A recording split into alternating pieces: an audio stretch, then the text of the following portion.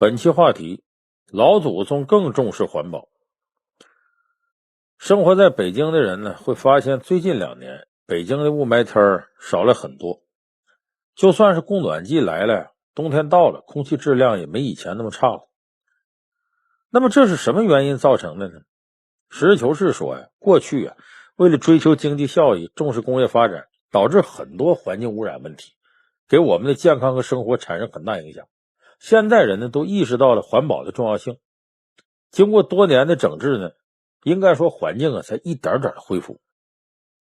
其实环保问题从古至今呢都是个大问题。咱们现在看很多诗词里都写古代的美景什么日出江花红胜火，春来江水绿如蓝，接天莲叶无穷碧，映日荷花别样红等等，说好像自然美景随处可得，说古代到哪儿都是5A级景区。可能你会觉得说古代生产力不发达，也没什么工业，没什么化学污染、白色污染，那环境当然好了。但其实不是那么回事。古诗词里的美景都是来自古人的大力保护。历史上各朝代环境保护的力度远远超过你的想象。为什么会这样呢？因为农耕时代都是依靠大自然吃饭，对于自然环境的依赖程度很深，所以他格外重视环境保护和可持续发展。对于破坏环境行为更是严惩不贷，轻的呢砍手砍脚，重的呢也就要他命。所以今天呢，咱们以史为鉴，看看在没有科技手段的古代历朝历代是如何搞好环保这个大事的。首先一个呢，就是历朝历代的环保法规还是制定的比较严苛的。环保这个概念呢，不是咱们现代人提出来的，最早可以追溯到上古时期。尧舜禹时代呢，舜的时期就设立一个环保部门，这部门叫什么？叫虞。哪个虞呢？虞美人那个虞，听着很文艺。管理这个部门的人呢叫虞官，专门上山下乡管理环境问题。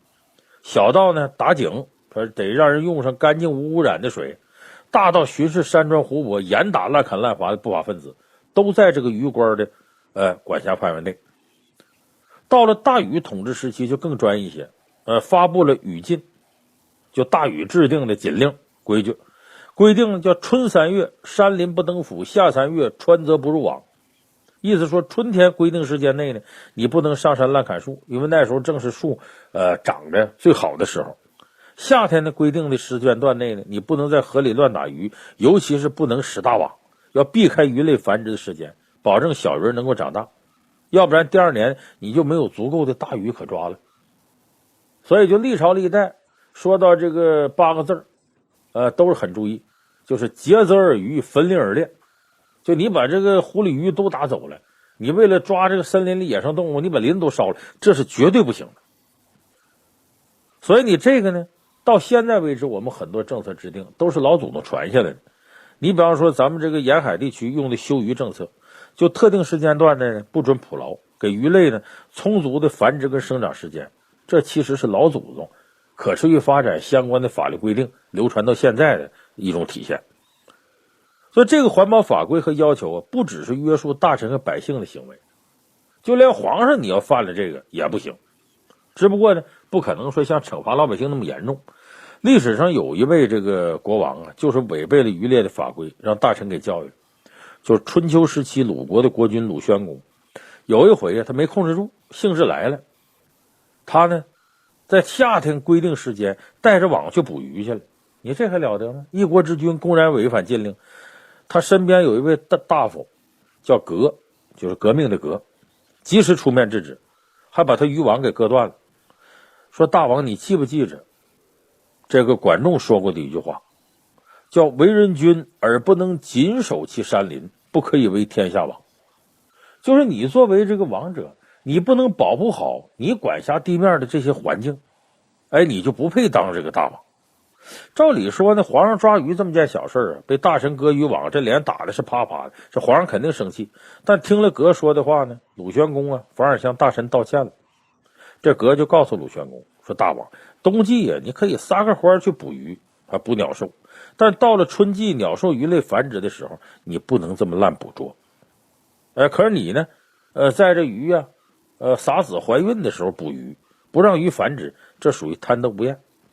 宣王听了呢，赶紧是羞愧道歉，说我犯了错误，你纠正我是好事，让我知道这道理了。最后呢，他让部下呢把这张渔网保存起来，提醒自己时刻要遵守规矩。所以对于渔猎的规定呢，并不是某些朝代特例。从大禹那时候开始出现渔猎的规定以后呢，各朝代对渔猎活动有明确规定，而且严到你难以想象。秦律里边呢，对于破坏禁令的行为呢，根据严重程度，这刑罚呢从坐牢啊、流放依次递增，最严重的是砍头。而且这些刑罚呢，毕竟是为了保护生存资源，严厉一些还有情可原。可是呢，你想不到的是呢，就连扔垃圾这样的小事，一旦违反规定，都有可能被剁手，甚至是砍头。你照理说那个时候没有工业，主要是生活垃圾、餐厨垃圾、人和动物粪便，自然状态下呢自己能分解。但就算是这样，各王朝也严格规定不能乱扔垃圾。韩非子里边就记载这么一件事，说孔夫子的弟子子贡觉得商朝对于乱扔垃圾就要被剁手，这个惩罚太重了，而且非常残忍。他就问孔子，问自己老师说：“您对这项法规的看法？”照理说，孔夫子呢一贯很仁慈，可是他特别支持这项刑罚。为什么呢？孔夫子说你把垃圾倒在路上，随便乱倒，就会妨碍别人，就很容易惹人生气，一生气就会引发争斗，进而连累家族的人，就这会损害整个家族。所以应该对丢垃圾的人呢进行重罚。重罚大家肯定不愿接受，但是呢，不在路上乱倒垃圾呢，他就很容易做到了。让人做容易的事，同时又害怕不愿意的事，这样就能达到一个国家的治理效果。所以正是因为有这么严格的规定，每个人都受到无形的威慑，扔垃圾的时候看看自己的手也不敢乱来。所以自上而下呢，都有这种环保意识。当然话说回来，法律再严格，你执行不下去也是一纸无用空文。所以落地执行是关键。明朝万历年间就发生了那么一起严重破坏环境的行为，但是万历皇帝处理的非常好。咱们大家知道，这万历皇帝呢，从万历15年开始就宅在深宫里不上朝了。可以说后世呢对万历皇帝的评价不怎么样，但是在这个环保问题上，咱们得给他点个赞。什么情况呢？就是万历年间呢，明朝这时候商品经济很发达，很多人呢慢慢开始追求奢侈品，有钱了吗？所以富人圈里就开始流行名贵家具。这一流行名贵家具呢，深山老林里那些老树就遭殃了，尤其是山西五台山的好木材，它离北京还近呢。那时候五台山的木材在市场上是顶级的，所以大波砍树者出于利益组团到五台山砍树。严重到什么程度呢？明朝时候那个山西官员呢，给万历皇帝的奏折里说，最少的团伙也有千百人规模。你滥砍滥伐，你偷着砍偷伐，照理说你低调不，这些人特别高调。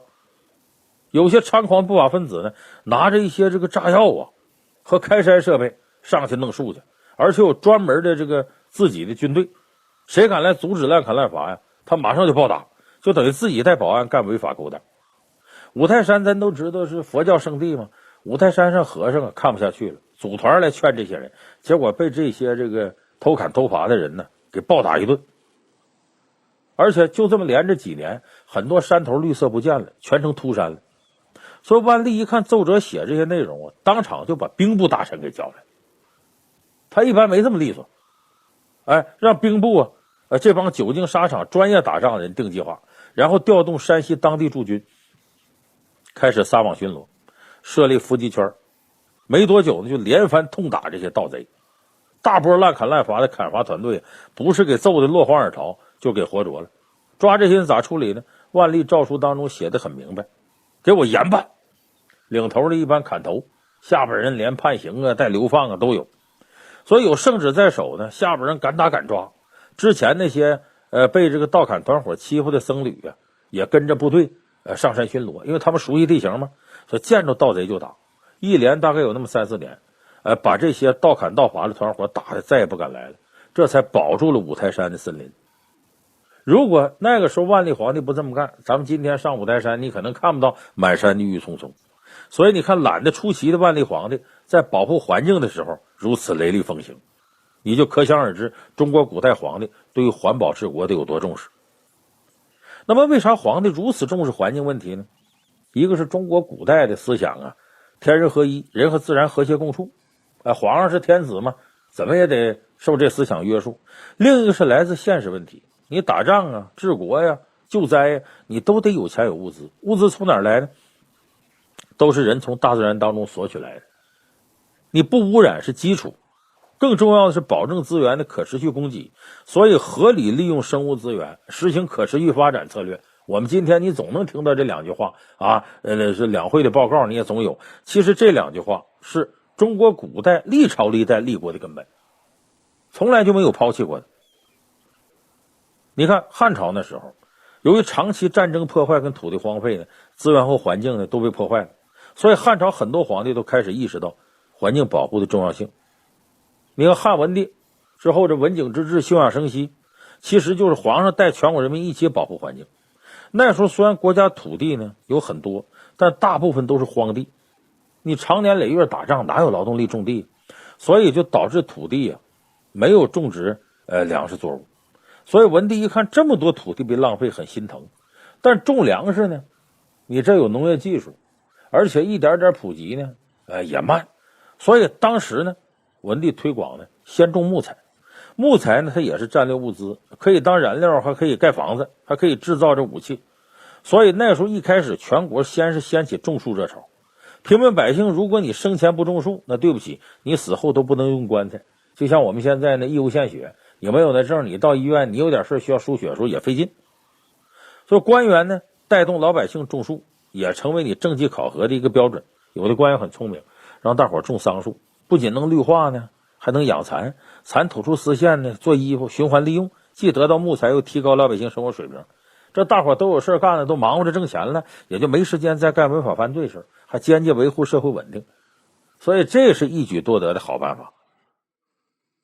所以这样下去呢，中国封建社会这一朝一代啊，才为后世子孙留下了森林资源。那么环保除了国家层面的政策呢以外呢，这是强制性措施。真正体现环保意识深深存在古人的意识里边，还体现在古人的生活细节上。有很多能工巧匠的设计都体现了环保理念。就环保啊，在我们的老祖宗眼里不是被动的事，它是个主动的事。你看咱们知道古代呢是使用动物的油脂或者煤油燃烧照明，那这种燃料燃烧起来呢，一个有灰烬，再有烟雾，非常容易在室内呢形成空气污染。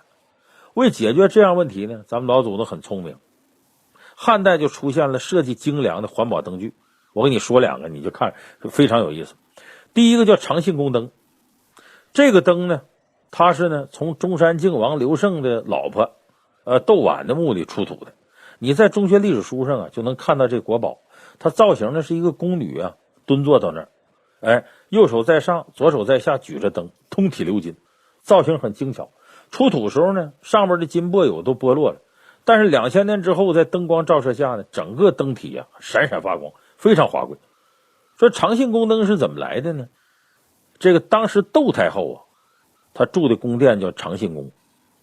中山靖王刘胜呢，是这个窦太后的孙子，他就把长信宫灯呢，赐给了中山靖王夫妇。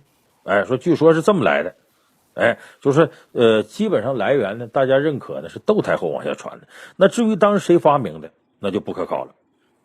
为什么说它环保呢？你看它这个设计，这个小宫女铜像啊，身体是中空的，它这空着的右臂跟衣袖啊，就是铜灯的灯罩，可以呢自由开合，燃烧产生的灰尘呢，可以通过宫女的右臂沉积到宫女体内，不会飘散到周围的环境当中。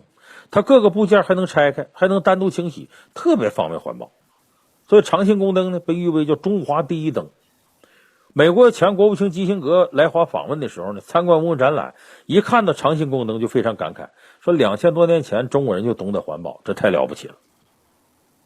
另一个呢，也是汉代的节能环保灯，是西汉的海昏侯刘贺呀，他墓里边出土的燕鱼灯。一只站立的大雁，嘴里边叼着一条鱼。它的灯罩呢是2片弧形的板，可以自由的转动开合，能挡风，还能调节亮度。灯火呢在鱼的下边点燃的时候，往上走着烟雾就通过鱼和雁的脖子导入到大雁体内。这个大雁肚子里放水，这烟尘就溶解在水里边了，净化空气了，也防止油烟对室内空气的污染。这设计的是非常巧妙。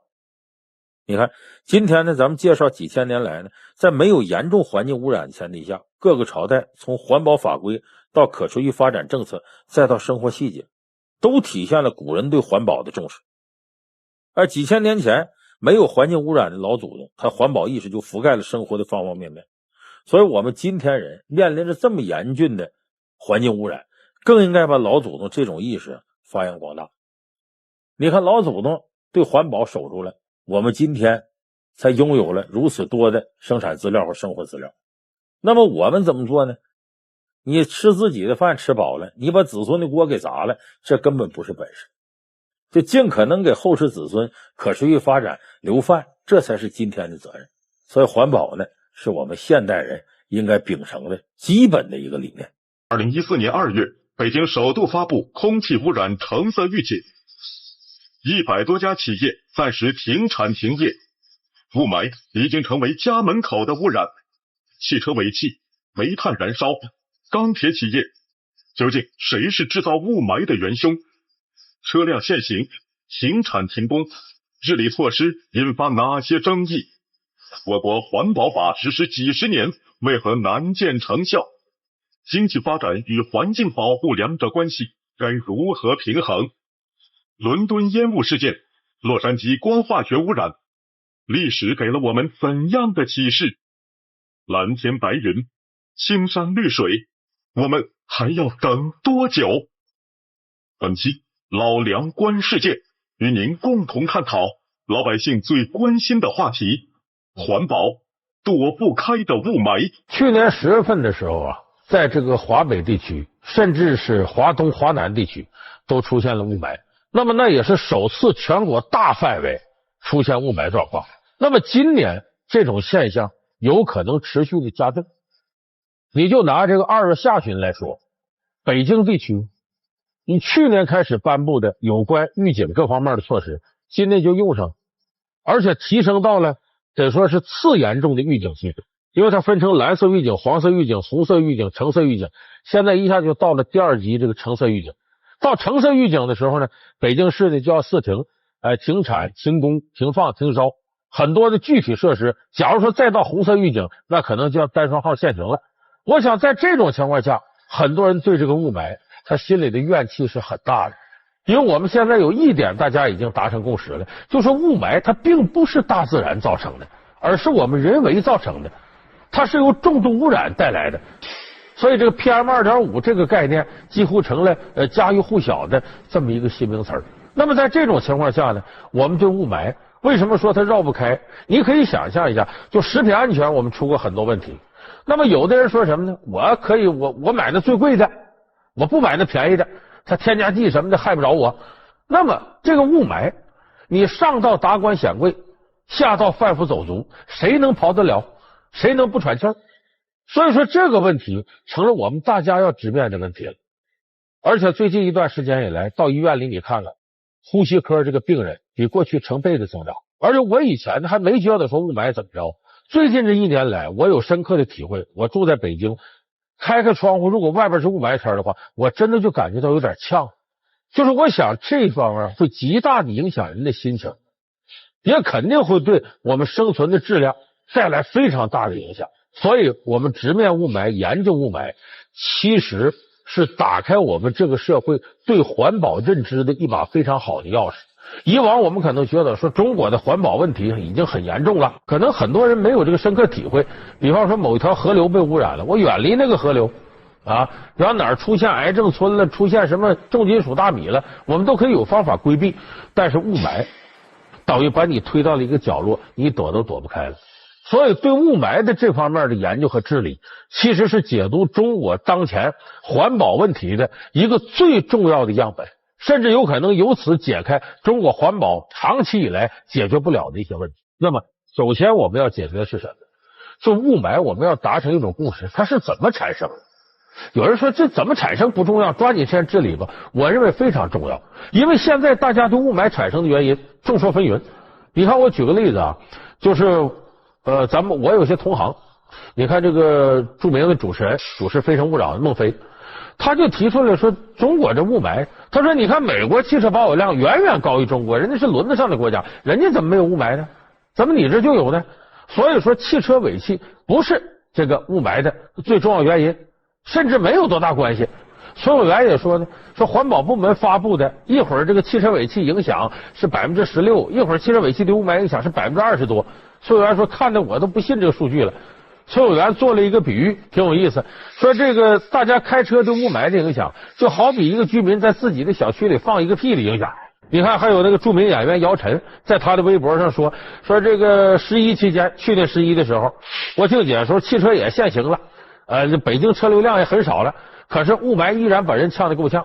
所以说这个机动车呀，这对雾霾带来的影响几乎是没有的，这给机动车洗冤。你看，我们在座有很多朋友可能会觉得少开一天车，那么会减轻雾霾。但是如果你按照刚才我说这几位孟非啊、崔永元的、姚晨的看法来看，机动车根本就不是什么原因。就说我们首先得解决一个问题，就现在这雾霾到底是什么带来的，怎么造成的？我个人觉得这个雾霾的造成绝不是一方面的原因，它是我们这些年来粗放式的发展最终的一个副作用，也可以说是一个恶果。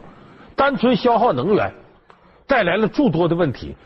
就现在的雾霾产生，它是多年污染、多种污染一个总爆发，说白了就攒到一定程度爆发了。举个例子，就好比说是我们这身体长期以来抽烟、喝酒、打麻将，生活没有规律，暴饮暴食，结果它造成你身体各个器官呢，可能这有点毛病，那有点毛病，血糖高、血脂高啊、血压高等等等等，一下子你就病倒了。你能说是哪个原因造成的吗？是哪个原因直接造成你有病吗？不是，多种原因，你哪方面做的都不好，凑到一块儿，造成你现在身体很糟糕。所以我说雾霾的造成，它是多年污染、多种污染累积之后的一个总爆发。其中最突出的是什么原因呢？就是我们对能源的消耗。因为我们这些年来呢，改革开放之后呢，你比方说像钢产量、像煤炭工业这方面发展都非常大，而且这是能源动力产业。那么这个产业的消耗呢，对整个社会的环境影响特别大，而且中国又是一个富煤、缺油、少气儿的这么国家。从这能源清洁角度来讲，煤炭恐怕是最不清洁的能源。但是我们现在呢，用煤炭的地方特别多。北京春节期间有大量的外地人走了，有不少的这个工作单位没人了。那么春节之后回来呢，这天还冷着呢，持续烧煤。结果2月下旬这雾霾攒就出来了。而且北京市这大小锅炉3000多台，每天咕嘟咕嘟咕嘟就冒着烟嘛。我认为这个是最重要的一个原因。而且呢，由于用煤，它绝不仅我刚才说这个，你比方说像河北重污染的城市非常多，它跟河北是钢铁生产大城有直接关系，钢铁生产就需要消耗大量的煤。所以你说雾霾这么些年来产生，它是多种原因造成的，但是呢，这个能源却是核心中的核心。你要说造成雾霾的产业，你像什么钢铁呀、煤炭呐、石油啊、化工啊，至少涉及10几个跟国民经济命脉密切相关的产业。你再往小了说，它甚至涉及到我们每个人的生活。你包括你焚烧垃圾了，包括你这个开车了这什么的，这都是造成雾霾的一个原因。你比方说，我解释一下为什么汽车这事它是造成雾霾的一个原因。孟非说美国那么多车，人家怎么没雾霾呢？一个美国综合治理的确实比咱们好得多。第二一点，汽车的质量和烧这个油的质量有很大关系。我们中国国内好多黄标车呢，你看河北一带这更多，它的环保本身汽车质量就不合格，再加上用着油，我们这油里头和发达国家的油，它不是一点区别都没有。就油品当中就含有污染大气，造成 PM2.5 很重要的东西，它焚烧之后放出来了。就说汽车尾气绝对是造成雾霾的一个原因。我认为就孟非啊、崔永元、姚晨讲这个，他并不完全客观。但他们为什么这么说呢？我想啊，这里头有个利益问题。就比方说我要不开车，那政府要限制私家车，我乐坏了，反正我也不开车。农民呢，他就不会管你工业烧不烧煤，你让我烧秸秆就行。所以每个人往往都站在自己的利益立场上，你触动我的利益，那我在北京生活，我知道，假如说对汽车尾号限行，对于天天要在外头跑的有诸多业务的很繁忙的人来讲，你限行我一天，往往给我生活带来很大的不方便。所以我本能的就觉得这个事儿有没有用啊？那我就愿意挑那些对我有利的言论来接受。事实上，我可以这么说，汽车尾气确实是造成雾霾的一个很重要的原因。研究表明，机动车尾气污染与成品油质量息息相关，其中油品中的硫含量几乎决定了机动车排放的所有污染物水平，无论是 PM2.5、氮氧化物、一氧化碳，都会随着硫含量的增加而增加。目前，北京采用我国第5阶段车用汽柴油标准，硫含量仅为100万分之10，但是我国其他大部分地区仍旧执行车用汽油国3标准，其含硫量不超过100万分之150，而车用柴油硫含量不得超过100万分之350。与此同时，欧盟和日本已经将汽油和柴油中的含硫量标准全面降至100万分之10，美国则是100万分之30。汽车尾气确实是造成雾霾的一个很重要的原因，但它和能源消耗相比，它并不是最重要的。但是我们想，汽车生产和使用的过程当中，对能源是不是一种消耗呢？它也同样是啊。那么这个过程当中，有的人就说，为什么我们要分清楚雾霾是怎么诞生的呢？它就直接关系到治理雾霾过程当中，政府所要担的责任和每个老百姓要担的责任。你现在就出现了这样一种状况，比方说这个政府限行，比方说政府要有这样那样治理雾霾措施，要是触动一些人利益，这些人往往会说，你政府犯的错，你凭什么让我们买单呢？不合理，我不同意机动车限行，就会有这样的言论。其实这对不对呢？我告诉大家，这绝对不正确。为什么呢？一个是造成现在这种情况的，我们每个人既是雾霾的受害者，同时也是雾霾直接或者间接的制造者。我举个例子啊，当初发展煤炭工业，发展钢铁工业，很多人由于发展这一系列的工业，就业解决了，有的也发家致富了。那么你已经得到了发展当中的好处，那么现在发展的副作用来了，你难道一点责任都不承担吗？这是不对的。另外再一个，我们每个人都说为环境保护做出贡献，但是让你少开一天车你都不愿意。现在我们把责任分清的前提下，现在就需要全社会所有的人为减轻雾霾做贡献，它绝对不是政府一家的事儿。如果大家都觉得这事就该政府干，雾霾永远不可能治理好。你看西方国家无一例外都经历过这样的经历，你像这个美国，你像英国当年我们这1952年有著名的伦敦那个烟雾事件，死了好多人。当时是整个英国的经济结构不合理，烧煤的这个产业太多，但是那一次烟雾事件确实是有好多老百姓自己在家里烧煤用它取暖。政府当时也提倡清洁能源，但是还没有多少人意识到重视这问题，结果酿成这么一次大祸。美国也是洛杉矶出现光化学烟雾污染事件，那个之后才开始在汽车这块加大治理，而且美国人也接受这个观念，我这个在市区里少开一天车，能够在一定程度上缓解这个情况，就是它都有这样一个过程。19世纪工业革命推动英国经济快速崛起，英国伦敦进入工业急速发展期，大量化石燃料，尤其是煤炭的消耗量不断增加，使得伦敦大气污染愈演愈烈，并最终酿成惨剧。1952年的烟雾事件造成12000人死亡，而这也成为一个楔子，拉开了英国治理大气污染60年的序幕。如今伦敦的空气质量已经有了巨大改善，但随着欧盟空气质量标准的提高，今天的伦敦仍然未达到欧盟空气质量标准的要求。通过和伦敦对比，我们发现无论是在人均 GDP、 三大产业比例还是能源结构方面，20世纪50年代的英国和现阶段的中国都有很多相似之处。中国在过去30年间也经历了经济快速增长的阶段，粗放型的增长模式和大量能源与资源的消耗带来了空气质量的退化，并最终引发了2013年大范围持续的雾霾污染。我们为什么要说把雾霾产生的原因给分析到了，就是要让全社会所有的人意识到雾霾是和我有直接关系的。我不仅是雾霾的受害者，我其实也是雾霾直接或者间接的制造者。你如果不达成这样共识的话，那就容易对政府实施的一些治理雾霾政策产生抵触和不理解。咱们现在就有一些环保主义者，我觉得挺可笑，天天喊着保护环境，你让他不坐电梯不干，少开一天车不干，不去享受这样那样的化工产品他也不干，那你这样你算什么环保主义者？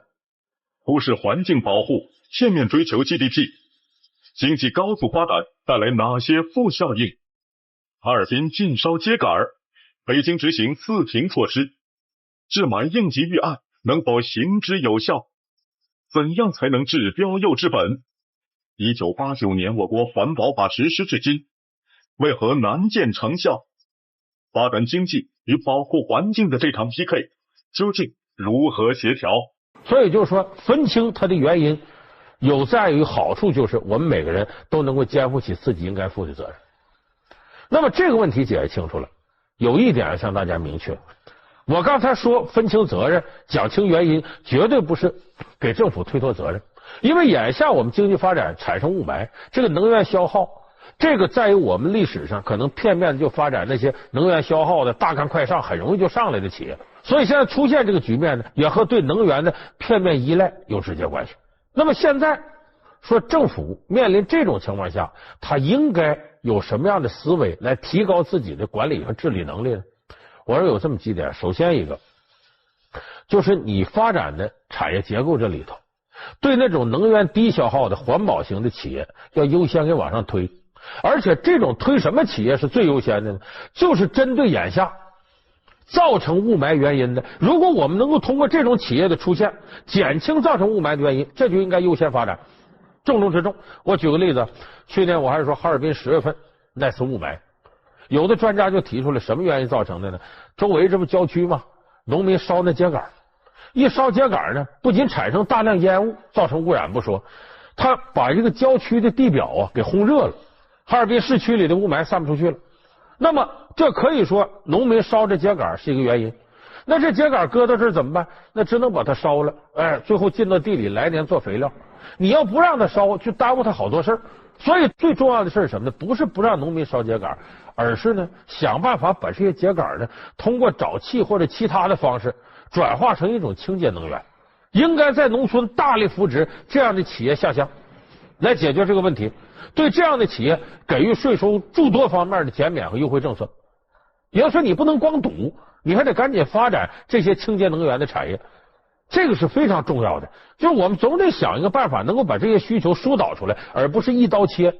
那么第二个，这个更加重要，就是你看我们对环境保护的重视，它这历史跟很多西方发达国家几乎是同步的。我们72年回归到联合国，当时我印象很深，就是后来有这个报道说的很准，就是72年中国回归联合国参加的第一个国际大会，就是在瑞典首都斯德哥尔摩召开的环境保护大会。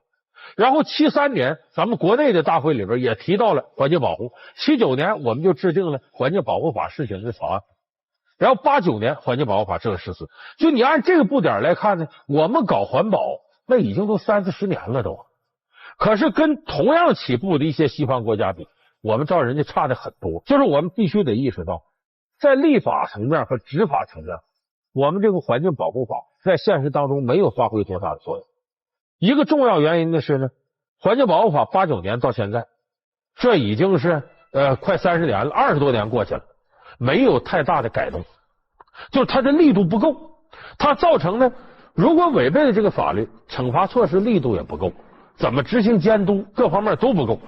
所以一直有专家呼吁呢，我们的环境保护法应该制定一部高质量的、有威慑力的、长牙齿的环保法。那么第三点更加重要，就是眼下你要想让这些官员重视环保，能够把这个业务担起来，一个很重要一点，我们要用环保的方式去考核他的政绩。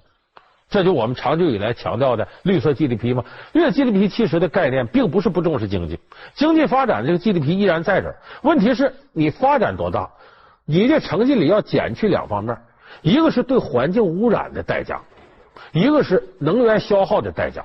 就说你这建个厂子，把周围青山绿水给污染了，这个代价有多少？得从你这个政绩里头扣出来，从你 GDP 里扣出来。另外，你消耗了多少能源？说人家用10吨煤能干的事，你用200吨干的，完了你干的事比人家大，也看不出你本事来。所以就是环境污染的总量加上能源消耗的总量要从 GDP 里减出去，这种规范应该是合理的。因为我估计今年的两会政府工作报告应该在这方面有明确的可以实施的一些具体的量化标准。